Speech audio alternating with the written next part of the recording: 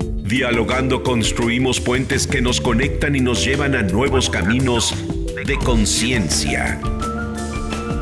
La entrevista. Equilibrio. Y estoy en comunicación con Alex Díaz ahí en la frontera. Justamente ustedes conocen al doctor Alejandro Díaz.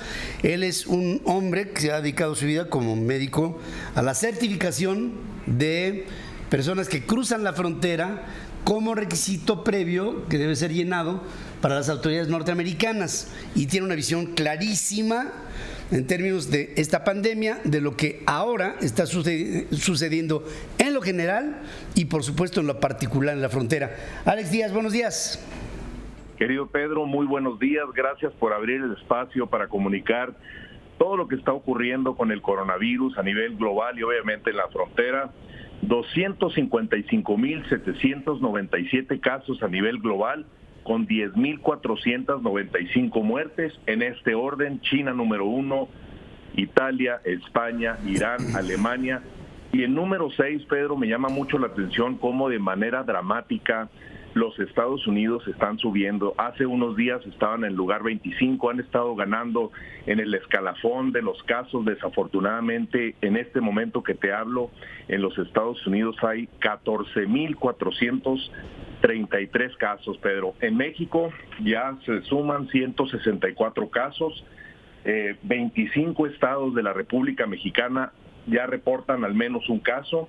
Ciudad de México 31 casos, Jalisco 22, Nuevo León 19 y Puebla 11 casos. Pero en esta ocasión, Pedro, me gustaría compartir contigo y con el auditorio que amablemente nos escucha este caso tan interesante que habla de la migración, que habla de lo poroso de las fronteras y de cómo la gente se transporta de punto A a punto B de forma masiva y cómo la gente se puede contagiar. Este es el caso de un joven de 29 años, estudiante de medicina, que está haciendo su internado de pregrado en la ciudad de Nuevo Casas Grandes, Chihuahua, en el hospital de zona.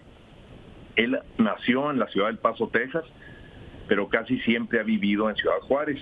Este joven médico decidió, en este periodo vacacional de su internado de pregrado, hacer un viaje a Europa junto con su novia y otras dos parejas, que fue del 2 al 12 de marzo, y esta es la ruta, Pedro. El lunes 2 de marzo, el joven y sus acompañantes salen de la ciudad del Paso hacia el aeropuerto de Los Ángeles en el vuelo 6053 de American Airlines. Ese mismo día, de Los Ángeles vuelan hacia Londres al aeropuerto de Heathrow en el vuelo 108 de American Airlines. El jueves 5 de marzo, de Londres Gatwick rumbo a Dublín en el vuelo 123 de la aerolínea Ryanair. El lunes 9 de marzo vuelan de Dublín a París, Charles de Gaulle, también en Ryanair. El jueves 12 de marzo vuelan de París, Charles de Gaulle, a Londres Heathrow en el vuelo 6699 de British Airways. Ese mismo día salen de Londres Heathrow a Los Ángeles en el vuelo 6215 de British Airways. Y ese mismo jueves, 12 de marzo, sale de Los Ángeles a El Paso y llega a El Paso a las 10:40 p.m. en el vuelo 6042 de la aerolínea American Airlines. ¿Qué es lo relevante de este caso, Pedro? Al día siguiente, obviamente, ese joven se duerme y al día siguiente el papá, que es un amigo mío de la infancia, me habla y me dice: oye, Alejandro, mi hijo acaba de llegar de Europa y no se siente bien, empezó con algunos síntomas, ¿qué recomiendas? Obviamente le hago todas las preguntas y tomando este cuestionario médico que incluye un contexto global, y le dije: existe una enorme posibilidad de que tu hijo tenga coronavirus, vamos a hacerle el estudio. Se le hace el estudio ese mismo día. Yo desconocía dónde estaba el joven. Resulta que el joven esa noche durmió en la casa de su mamá, donde vive con su hermano en El Paso, Texas. Duerme, al día siguiente temprano cruza caminando el puente libre aquí entre El Paso y Ciudad Juárez, lo recoge su papá y se va a la clínica 66 del Seguro Social a que le hagan el examen. Dos médicos perfectamente bien preparados ya lo esperaban. y le hacen la prueba. Inmediatamente ellos le indican que se quede en su casa. Ellos desconocían dónde vivía el joven, pero el joven decide irse otra vez al Paso, Texas, para quedarse en la casa de su mamá para poder tener los cuidados necesarios. El día de antier en la mañana nos reporten ya que este joven es positivo para coronavirus. Haciendo un recuento nada más de los vuelos, del tipo de avión en el que se fue, conté por lo menos 1,200 personas con las que tuvo contacto solamente en aspectos de aviones. Si contamos los aeropuertos, pero si contamos el metro de Londres, el metro de París, que tú los conoces perfectamente bien estas ciudades, cómo se llenan los metros, a cuánta gente estimamos que por lo menos este joven médico valiente y responsable, porque realmente ha tomado decisiones importantes el joven y de forma natural hizo una cuarentena porque obviamente conoce del tema médico, pero él por lo menos estuvo en contacto con 4,000 personas, Pedro. Entonces, qué interesante cómo este joven, que ya forma parte de la plataforma nacional de los casos en México, con 164 casos, pero ya no está en México y no forma parte de la plataforma nacional en Estados Unidos de 14,433 casos, pero sí está en Estados Unidos. Entonces, cómo el tema de la migración sigue tomando y recobrando fuerza día a día en una pandemia que a todas luces está poniendo en jaque no solamente a las autoridades de salud, sino a las autoridades políticas, diplomáticas.